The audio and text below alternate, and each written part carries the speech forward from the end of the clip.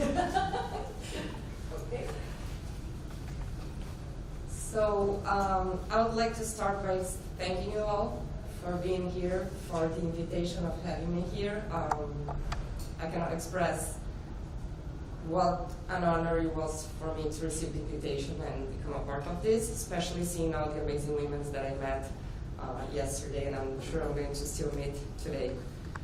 I need to be truly honest with you. I sat down to write this talk like a zillion times, and I wasn't able. I sat on my computer and I started typing stuff, and then I deleted it, and then I started over, until sometime I said, okay, I won't do it. So I took my flight to here, and I figured to myself, I have 10 hours flight? I'm good to go. I will make the talk during the flight. Then wrong, I wasn't able either. And then I realized why I wasn't able to do it. I was completely intimidated by all the women that are going to be here. And I was like, the subject of this talk, the topic of this talk is inspire, influence, and impact leadership in all. So what I was asking myself was, am I a leader? It's like, am I supposed to impact someone's life? I'm not a war survivor. I'm not a refugee. I don't think I have this huge life story that will be able to impact anyone. Or at least I thought I didn't until yesterday, after listening to these amazing women. And then I figured, well, maybe there's some part of my story that someone else could relate and could be living the same situation. And I could somehow help her, or him, go through that situation by sharing a little bit of what happened to me. So I was born in Brazil, actually. I live in Uruguay, but I was born in Brazil. And by my age, I was 12 years old, my mom decided to move to Uruguay. That it's a very small country between Argentina and Brazil, in case you don't know it. Of course, at that time, I was 12, I was just starting to become a teenager and to get new friends and everything. So for me, it was the worst decision she could ever made. Now I realize it wasn't like that, but at that time I really hated her. My first years in that country, and this reminds me, I don't know who heard Antoinette's story yesterday, but she was telling about the loneliness that she felt when she moved to here, to the new country, that even though she was safe and she wasn't at war anymore, she still felt lonely. And that's exactly what happened to me. I get to a new country, a new school, new friends, new people, and I was so lonely. I was I couldn't relate to anyone, and I was only 12 at that time. So it was difficult for me to learn. Although I didn't use Spanish, I didn't speak it fluently, so for me it was, again, starting to learn a new language. I don't know, new everything, new friends, new school, new home, and it wasn't that easy for me. My mom at the time, well, she's a single mom, and I am a single mom as well, so you can see that story tends to repeat inside of our family. So I grew up without knowing who my father was, and during a lot of years that was okay for me. I never felt that it was something missing until my 16. At some point when I turned 16, something inside me broke, and I was I'm not complete. I'm missing some piece of information. And don't get me wrong, I don't blame my mother for anything of this. I totally understand her decision, and I did blame her when I was little, but after becoming a mom and realizing how life actually works, I totally understand her. So by the age of 16, I kind of opened my own Pandora box. And I confronted my mom one day and asked her about my dad and asked her all the information. And I was completely determined, I'm going to find him no matter what. I don't mind what you think, what you feel, I need to find my dad. So she told me his name, and she told me that I had 3 sisters and that my dad was dead, and I was never going to be able to meet him. So at that point, that news shocked me so hard that I felt completely numb, and I erased the entire story from my mind, and I never thought about that ever again. So I moved on with life, I went to school, I went to university. I changed careers like 1,000 times. I met a lot of guys. I had a daughter. I got married. I got divorced. And now I'm here. And the fact of not knowing my dad didn't impact me at all during that period of growing and making myself, my career, and my own choices. But still something was missing inside of me. And I was never complete. It was like, that's okay. Today I'm going to study communication, but that's not my passion. I will start a new business, that's not my passion. It was like something was permanently missing inside of me. Until I realized that maybe what's missing is that I actually miss half of my DNA. And that DNA information, although it's physically on me, it wasn't consciously on me. So I started looking for my sisters. And and my mom is going to hate me with this, but my mom is a rock star. She's a doer, she's a fighter, she's like an example to follow. She never gave up on me, even though she was alone, and she had like really hard times raising me by herself. So I admired her deeply for that. But at the time I decided to get in touch with my sisters, I'm not that sure that she was happy with me, because I just dropped a note. Like, we were getting into a concert, a recital, and about 1 second before the singer came out, I looked at her and I was like, hey, you know what, I just made a decision. I'm not asking for your permission, I'm just letting you know because, well, you're a part of this. I'm gonna reach my sisters because I wanna find more about my dad. And just like that, the singer entered the stage and I was like, thank God, I don't have to deal with this now. So she went on a trip the next day and we never talk about that. And I start reaching out for my sisters. The result of all of this story is that I now have 3 sisters, and I was able to find my inner me with them. Meaning that my mom and I were very similar, not only physically, we look very alike, but in a lot of ways of pursuing things and pursuing dreams and fighting for what we want, and that I got from my mom, no doubt.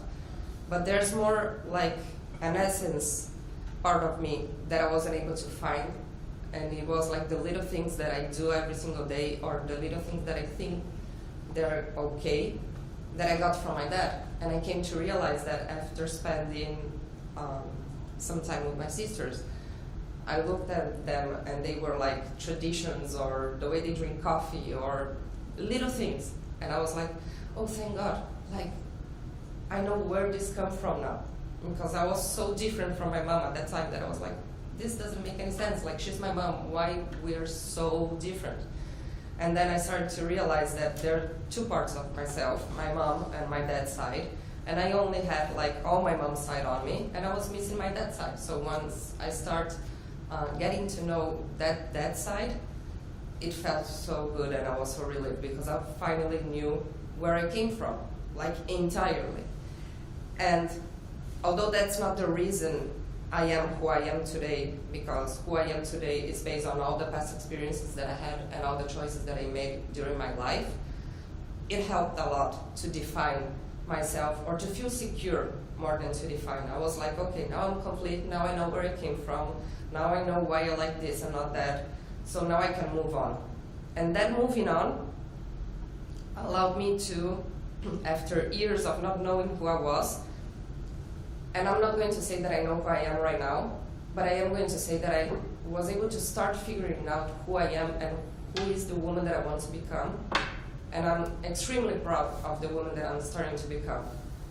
And I discovered my passion in life, apart from my daughter, of course, that she's like the biggest passion I could ever have.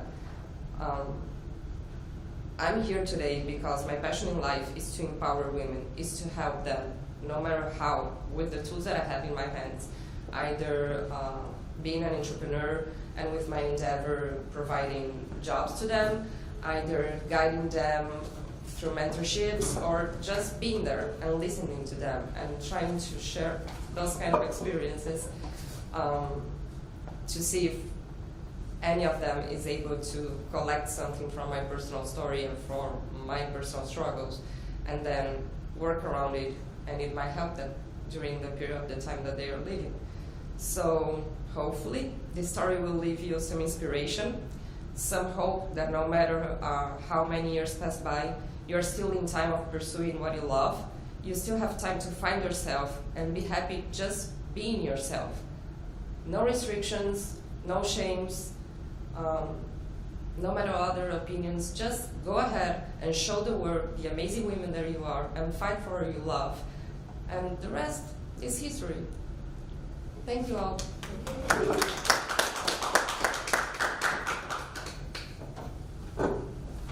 I love this format.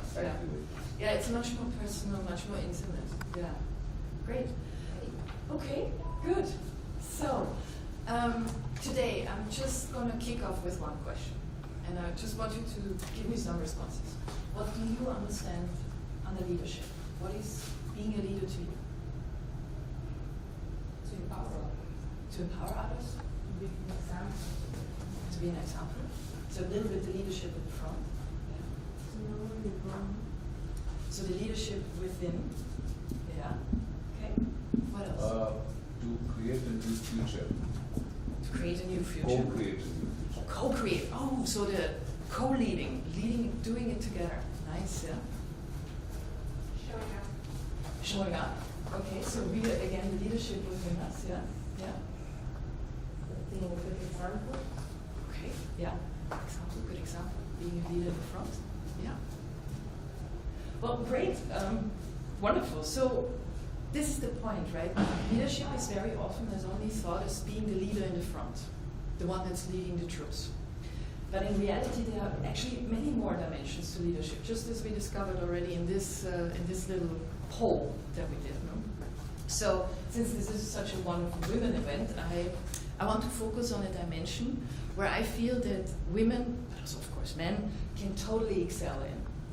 We women tend to be more collaborative, and we tend also to create more from each other. So leading side by side and co-leading is a real natural strength that we can tap into. So here's the catch. We often think we are fast and effective if we do things by ourselves. We don't need to bother with other people and the difficult relation stuff that goes with it, right? Whilst in short term it might appear as effective, we are actually cutting off ourselves from the creativity and the energy that comes from when we are with other people in our lives. So we are actually most effective when we are leaning into the people in our life. And this is the essence, to me, the essence of co-leading. It's leaning into each other. It's really trusting the other with the ability, but also the willingness to carry that initiative together. So it's a powerful dance, which any partner is ready to lead any time or follow the lead of the other anytime. So with any great dance part, actually one cannot see who's leading and you cannot see who's following, because they are owning the whole thing the whole time. Good co-leaders actually finish each other's sentences. They enthusiastically disagree, and if one is headed in the wrong direction, the other one is ready to break in and actually redirect. With someone on our side, we are actually much more willing to venture out into the unknown. We feel much more courageous, even and feel safe to be far out from our comfort zone. Because we know that someone is holding our rope. And we are more alive and awake because we are ready to catch our partner as well. So we are tuned into ourselves, we are tuned into our partner, and with the people that we are leading. We are more present. The effect in people is actually the co-leaders lead together is very rich and nurturing. So rather than following one charismatic leader, like in this situation now, actually people come to a multitude of right answers, quote unquote right answers, by themselves. So being with someone actually also holds us accountable. All sorts of bad things happen because nowadays most leaders don't have anybody to check in on them. So ego-driven behavior and power abuse is much less likely in a co-leadership. Be aware though that when we are co-leading, we have to maintain the leadership within as well. Otherwise we become codependent on the other. So we need to stand in our authority, but also flow with our partner. Leading side by side caters to a very fundamental need of humans, and that is to be seen, heard, and feeling to belong. So it also grounds us in this hectic, crazy time of ours. Really gives us grounding. But the sense of belonging is impossible when we feel we need to look good in order to maintain power and position. If we hold ourselves apart and don't show up as our authentic self, just as you did before, Marjorie, you did a wonderful job here, it really fails. So just a short story to illustrate what I mean by that. This was a situation at work when I was still working in corporate. So there was Simone and there was Lisa. And Simone had to co-lead a project at work with Lisa. And although Simone wasn't happy with working with Lisa in the past, she agreed because it would potentially lead to a promotion. So there was an underlying tension between the two that was never properly addressed. Simone would agree with Lisa's view, and Lisa could never really quite figure out what Simone really wanted. At the final presentation to management, Simone started undermining Lisa, very subtly. She made it look as if the project had only moved forward because of her. Management politely thanked them. Simone was eventually promoted, but never got really far. She kept on blaming others for any failure in order to look good. She never quite understood why management and her team didn't appreciate her anymore. So, I hope this has been useful, and I'm just happy to engage into a dialogue around this now.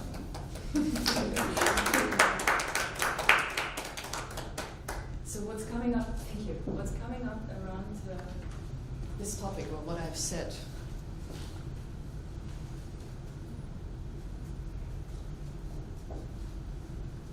The story is more than the end. That's life itself in one story. Like, whenever people try, and this is a discussion that I usually have with friends on a daily basis, it's like whenever they try to, I'm not quite sure about the word in English, but to take advantage on the other somehow, life, karma, call it whatever, will find this way to show you like this is not the way to do it. And hopefully you will learn the lesson in a way not everybody does. But it happens to me like on a daily basis. I'm constantly like meeting people like that try to take advantage of the other, either to a promotion or because they're going to look better in front of their bosses or even with girlfriend or boyfriend. And it's like it applies to all circles of life, and it's a constant, unfortunately. It is, and it really leaves us, and this is what leads to isolation and fear, because that's when we break the connection, right? Yeah. So in fact, I think you used the word ego somewhere in your Ego-driven Yeah, behavior, so yeah. I mean, for me, ego is really a sense of separation. Yeah, thanks, thank you so much. You know, it's like ego is a sense of separation, a sense that I am limited, I'm isolated, I'm cut off from everyone else, I'm the body, I'm my role, and so on. And against that, you can have a sense of wholeness and connectedness, where you're not really separate, where you feel one with everyone. And I think ego-based or separation-based behavior leads to judgments, to blaming, to attacking, to feeling not okay, and then always having to try to prove, look good. Whereas if you're just relaxed into wholeness and into oneness with everyone, I think leadership is just a dance. I love that metaphor. It is just one beautiful dance. So I think it speaks to me, and dances are far more joyful than the struggles of the ego. Mm-hmm. And ego makes us ill. They make us ill, So thank you for what you shared. I'm just wondering whether, sorry, you wanted to say something? It was kind of along the lines of something like what I was going to say, so I don't know if it's, whether it's okay if I... Please. Go ahead. I was going to say something very briefly. So, Sure, go ahead. Yeah. But as it continues... Are you going to do your Well, I'm just thinking it's not a very big thing, it's just small, but it just kind of is in the flow of what you're saying. So, Okay, shall we quickly change? well, if you want to continue your dialogue, Okay. do you want to continue there? And finish. Well, maybe get some more voices before. Yeah, and then sure. then we Yeah, can continue. absolutely, yeah. Wonderful. Yeah. Would you like to share something? Please feel free to do that. Yeah. Well, Not really. I appreciated the story, and I think what you do to other people, in the end, you're doing it to yourself. So it's a mirror. It's always a mirror. Yes. Yeah. Very true. Would you like to say? Well, I can strongly relate to your story, and as I was working in a corporate, very competitive world, it was happening often. And the thing is that what people are doing is actually a reflection of how they feel about themselves. And if they putting other people down to look better is because they don't believe they're good enough inside. And if they don't feel good enough inside, somehow that reflects outside. And that's why they never get too far, because they need to find the strength and goodness inside of them to be recognized and to move further, in my opinion.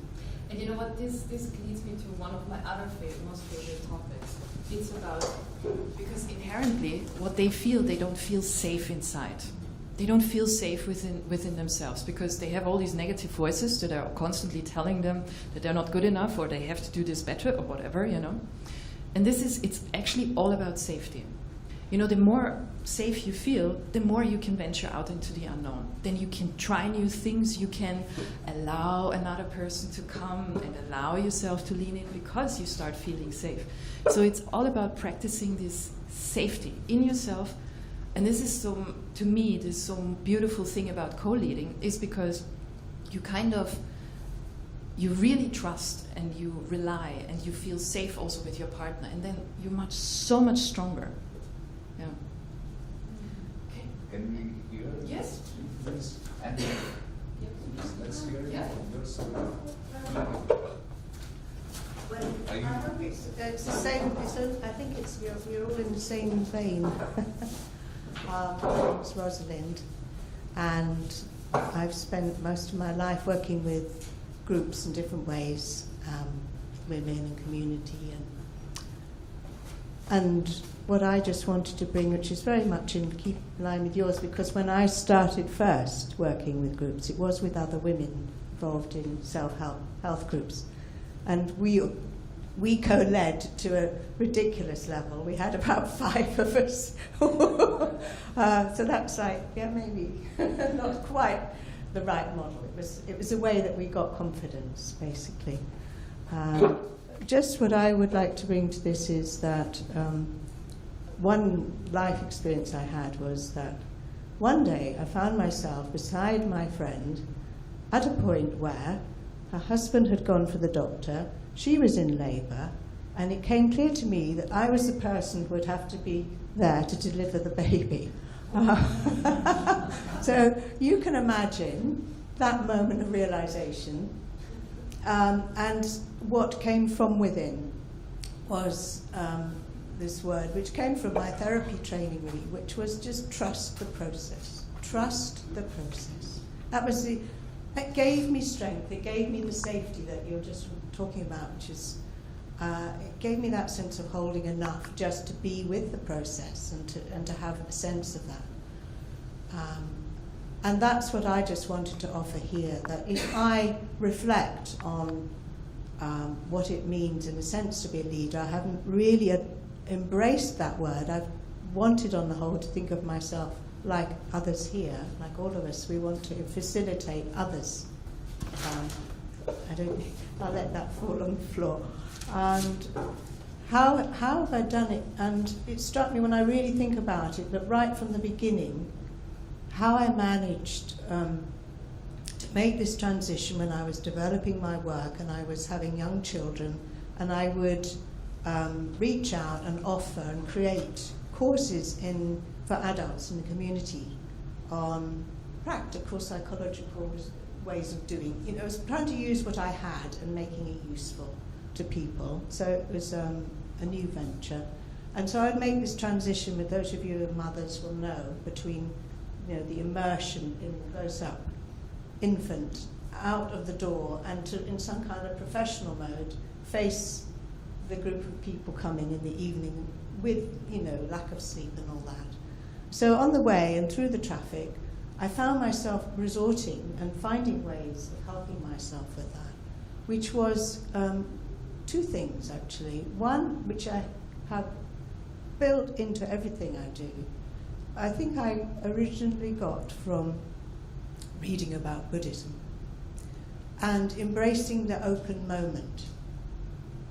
So what that means for me is to come here and be with you, is that I try to be as fully present in this moment. I let go of any agendas and needs and issues. I allow myself to be open, and that in itself has to put me in a place of trust.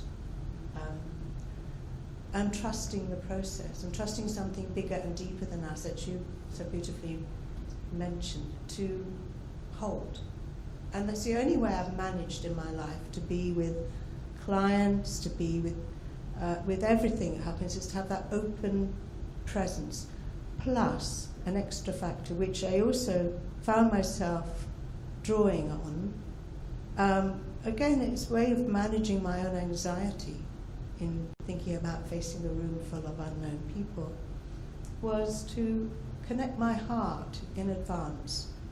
So as I was driving along through the traffic, I still often do that, and I still do it in many other ways, because most of my time I'm now involved with heartfulness meditation, offering that to people. But I have the idea that my heart is connected with everyone's heart. And as soon as I do that, I can feel a shift. I don't know if you can feel a shift if you do that. Even I used to do that on the underground trains in London.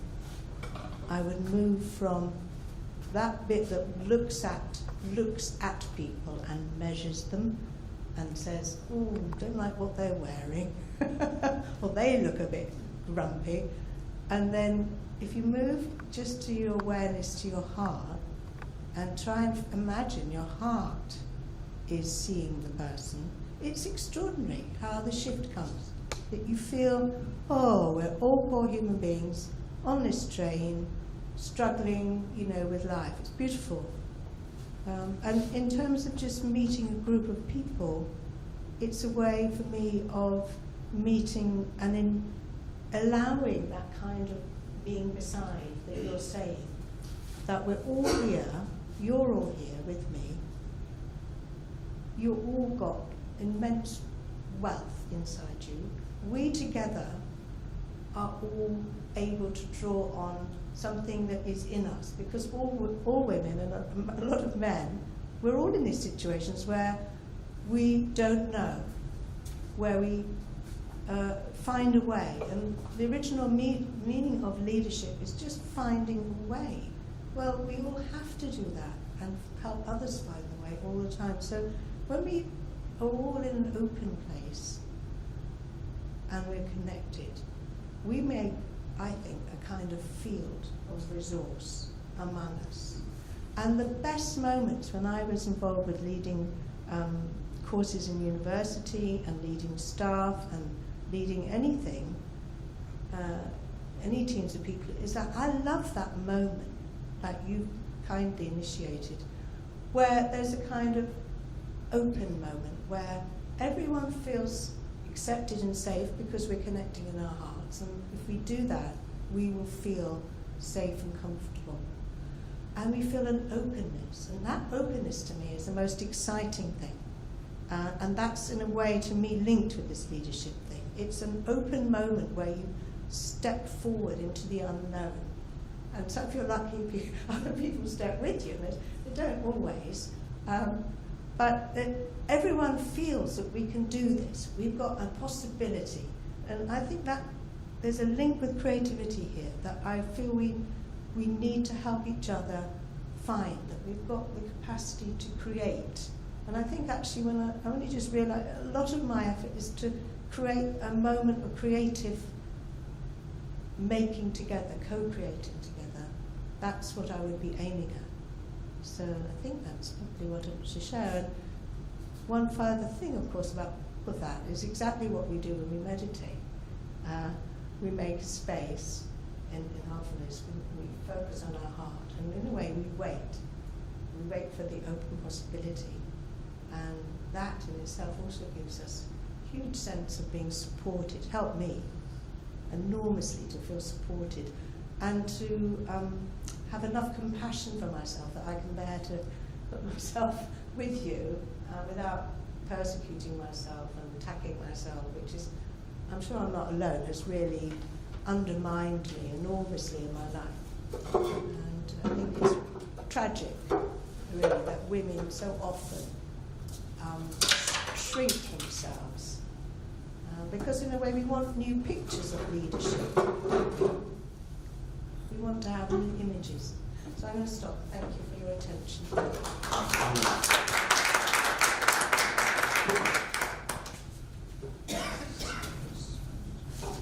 Who wants to chat? You know what? I would like to. Shall we have a little conversation? Otherwise we can meet here. Yeah.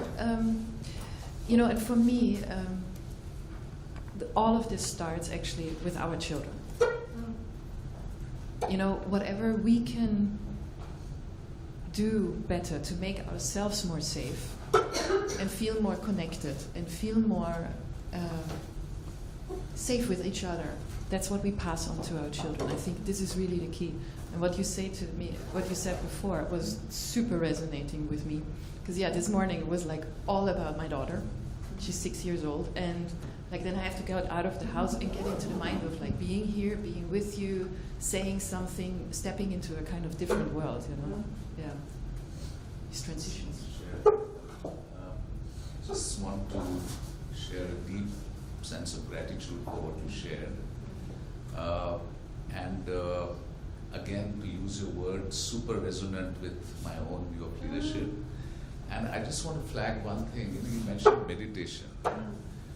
And for me, meditation is something that takes you beyond your limitations. It takes you beyond the body, beyond the mind, beyond your roles, and takes you to a space of deep peace and silence and unconditional okayness. No matter what is happening to the body or to the hair or to my role or my promotion, there's this beautiful field of unconditional okayness. And listening to all these speeches yesterday and reflecting on it, I think there's one thing that will do a world of good to all human beings. It is to find that space of unconditional okayness in the heart. Exactly what you said, the heart, the mid, and that really spoke to me, because I think that's the key. And when you understand that spirit is really the heart of life itself, and that is the same in all of us, I think the dance of leadership acquires a very different quality. Spontaneously, it's no longer like I have to lead or I have to do this. There's no I, it's just a beautiful flow of life force and life energy. So again, thank you.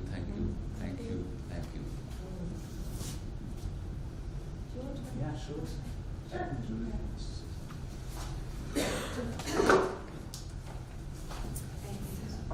actually going to stand because I don't like sitting and talking.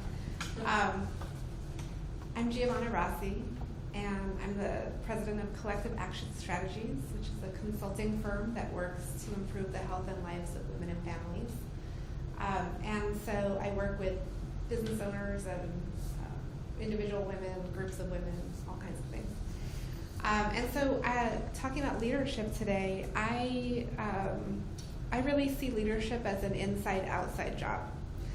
So it's an inside, a lot of what we've been talking about already, a lot of the internal work, and it's outside too, because we have to rely on a lot of the external factors in our lives, right? So I want to kind of break that down a little bit for you and give you some examples. And really where we're going to end up is sort of the intersection of the internal work and the external work determines sort of where we are in our lives and what gives us some tools for what we can do.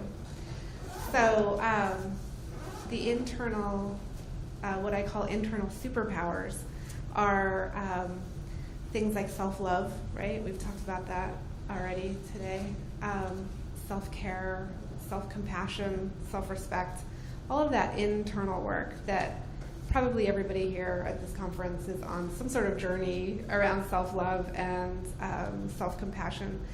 But I think as leaders, we, especially in the corporate world, or when we get outside of that safe space of being able to really talk about that and work on that, when we get outside of that, it tends to get forgotten and lost and not prioritized. And I think so. Part of what I want to do is really bring that back into the conversation. So setting that aside, like the internal work that we're all, doing, and then looking at the external. So thinking about the external supports in our lives, and that can be, our family members, our work, our team, policies at the community level, global level. It's all of the external, variables that really impact us, right? So we can do all kinds of internal work, but if we, step outside to go to work and like we can't get there because the roads or whatever the situation is in our community, then that impacts us, right? So there's this sort of intersection of internal and external that I think is really important to think about. And I want to just ask you, if you had to think of a challenge that you are facing right now, either in your personal life or in your professional life, what I would ask you to do is just sort of reflect on where your level of self-love is in relation to that challenge. So is it really low, or is it sort of in the middle, or is it very high? And if that seems a little too abstract, then think more specifically, like, okay, is this particular challenge, like, does anybody have an example of a challenge that we can use? I'm struggling with my work. Your work. So I'm trying to figure out if I want to continue doing what I'm doing, or if I should totally pursue my passion and maybe move out of the country and start from scratch. So, Okay. A crisis here. Wow, okay, so big questions, yeah. Big questions. And so I would ask you where your level of self-love and self-compassion is in that challenge. I think it's somewhere in the middle. Like, I personally that low self-love, and that's why I actually passed from a far idea from something that is getting somewhere, but I'm not there yet. Yeah. So I think like I'm missing halfway. Okay, and then I want to ask you, where is your level of external support in your challenge? Oh, yeah. Probably also in the middle. Like, I have a lot of support next to me, like friends, family. I do feel that they believe in me and they support me. I'm still missing something to be able to take the leap, and I'm not quite sure what it is. If it is on the professional side, that I need more professional support in order to be able to achieve what I'm looking for. But again, if you want to achieve something, you need to be crystal clear about what you're looking for. And I'm not there yet. Yeah, that's a good example. So in the framework that I use that uses these two intersections, there are basically 4 stages of a woman's life or a man's life. And depending on whether your internal and your external are high or low, that sort of determines where you fall. But I think a lot of times as high achievers, as high achieving women, we tend to want to figure everything out, right? We want the answers. We're hunting, searching, finding, going to more seminars, buying more stuff to figure it out. And actually we have all the answers, don't we, inside, right? And so tapping into that is really where the magic is and where the answer is. Like, you have the answer. In fact, you probably know the answer, but it's so scary to admit that might be actually what you really want to do or need to do. And so a lot of times as leaders and as high achievers, we are in this cycle, you know, we've got our 6-year-old, I have a 6-year-old as well, who's very, very, very far away from me right now. But you know, we're moms, we're caregivers in other ways, we're business owners, we're going. We have goals, we have all these things we want to do that we're doing. And we sort of get on this hamster wheel of just going round and round and round and round. And it takes getting off of that to have that awareness of where am I, of feeling into your internal and your external supports. And it's only when we get off that hamster wheel and like really get that awareness. And you know, there are lots of tools that I could share or that you all probably have as well to develop that awareness. You know, part of it is meditation, listening to yourself. And once we do that, then we can tap into our inner knowledge, our wisdom, that intuition that really, you know, tells us everything. But we can't do that until we can quiet all of the noise around us. And we also tend to want to take action too quickly, so we want to move right into action. Like, I'm going to do, you know, take big action. And actually we need to kind of slow down and really tap into that inner wisdom and that inner knowledge first. And sometimes that can be a long process. And if you're asking, like, well, when is this, you know, phase going to be over? You're probably not ready. If you're still asking the question, you know, when am I gonna know? Like, all the impatience, then that's a sign to like really slow down again and really tap into that inner knowledge, because it's there. It's totally there. You just have to activate it and tap into it. And once you do, then you know what actions to take, and you can proceed without making a big mistake or just, you know, doing the wrong thing that's not in alignment with where you are and what you want to be in your life.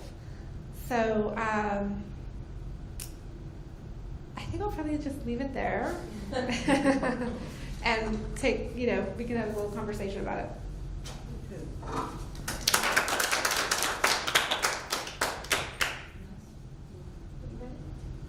Well, I just feel thank you. Funny thing, I'm here today listening to you speaking like that. Well, to all of you actually, because from each one of your talks, I could relate to different parts of them and different parts of my personal growing. And I'm going to leave the professional aside because it's just a consequence. Like, but particularly with you, I have 2 endeavors. One of them is an entrepreneurship school, if you want to put it in some way.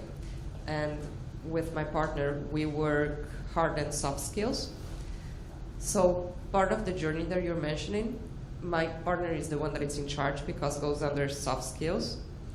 And the day before coming here, it was the first time that he coached me. Like, we've been in this project for 2 years. We always said, like, we need to coach each other, like me on hard skills, you on soft skills, and pass by the program. And we never did. And I was freaking out about the speech. And he was like, hey, let me coach you. I will help you. So in the middle of that coaching, that it's not done yet, that's when I realized that I had all the answers. And that's when I realized that, I completely know what I'm going to do, what I want to do. I'm freaking out about the answer because it's like super challenging, and things changes when you have someone that you need to respond to. Like, I have a daughter also, and I'm a single mom, so all the decisions that I made with my life are going to affect her directly. Either for good, for bad, doesn't matter. And I'm a risk taker. Like, I don't mind going and being wrong and admit it, like, okay, this wasn't the way, but at least I tried. But I cannot avoid thinking to myself, like, I have a 10-year-old girl that depends on every single decision that I make. So let's say I want to move to a new country. I actually want to move here. That's the funny thing. It's a new language, completely different. She speaks English perfectly, but we don't speak Dutch. We have no clue about the culture. I hate the cold. Like, I'm Brazilian. It's like, what's happening? Why it's so cold in here? I'm not used to that. And all those kind of questions like come popping in my mind constantly. It's like, am I going to be able to actually stand for this cold, this hard, like that many months?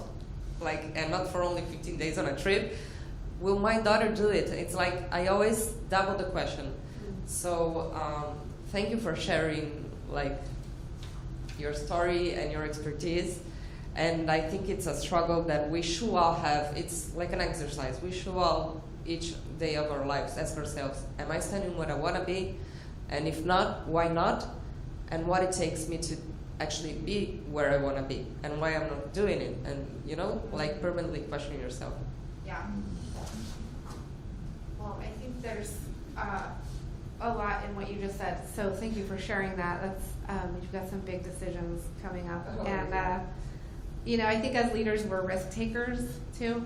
But I always and I've taken huge risks in my life, but they're sort of calculated, you know. So it's not just completely random. The other thing is attachment. So a lot of what you talked about, you know, you could sort of ask yourself, like, how attached do I really need to be to the weather or to the language? Like, if you just kind of shed some of those attachments, it frees you up to kind of just go with it, you know? Like, go for it. You know, it's a funny one. So this is just a joke thing, right? The Norwegians say there is no cold weather, just not enough clothing. That's what they say. Nice. Thank you thanks for sharing that. So as a leader, I just want to share one simple tip that has worked for me, maybe of use. Whenever there's a challenging decision to take, or you know, when one is not clear, what helps me enormously is to just be quiet, actually just sit silently, and to trust that I will be guided by my awareness, by my inner self on what is the right thing to do. And that's one. The other thing is, practically at a physical level, how does it feel to me? How does it feel? If it feels good, if it feels joyful, if it feels liberating, that is the path. And sometimes you get counterintuitive guidance from inside, which doesn't make sense to the mind. It says, what? Do this? But if you follow it, believe me, the right thing happens. So I think it's a question of trust. It's a question of listening to guidance, being still, and trusting the bliss, trusting joy. Because joy is the universe telling you what's good for you and what's not good for you. So really trusting that. So what that meant just there. And buy more clothes. And buy more clothes, yes, absolutely. And that brings me actually to another thing of leadership and entrepreneurship in general. Actually, it's usually not the big things that make it. It's all these little, seemingly trivial decisions that you make day by day.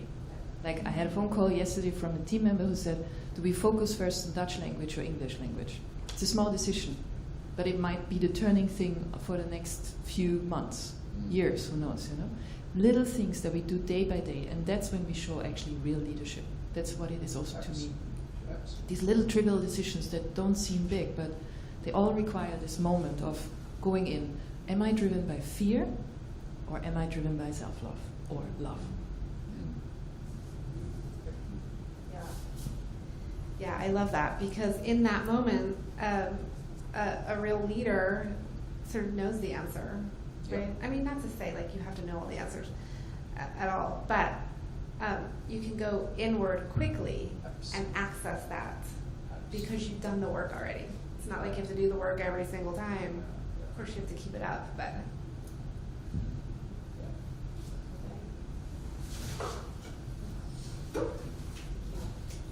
It's just to throw a slight spanner in the works. Just for me, leadership is about so much about empowerment of others, because a good leader must find their replacement. And I just wanted to sort of mention that. I work with volunteers, and it's a very different kind of scenario than when you're paying people.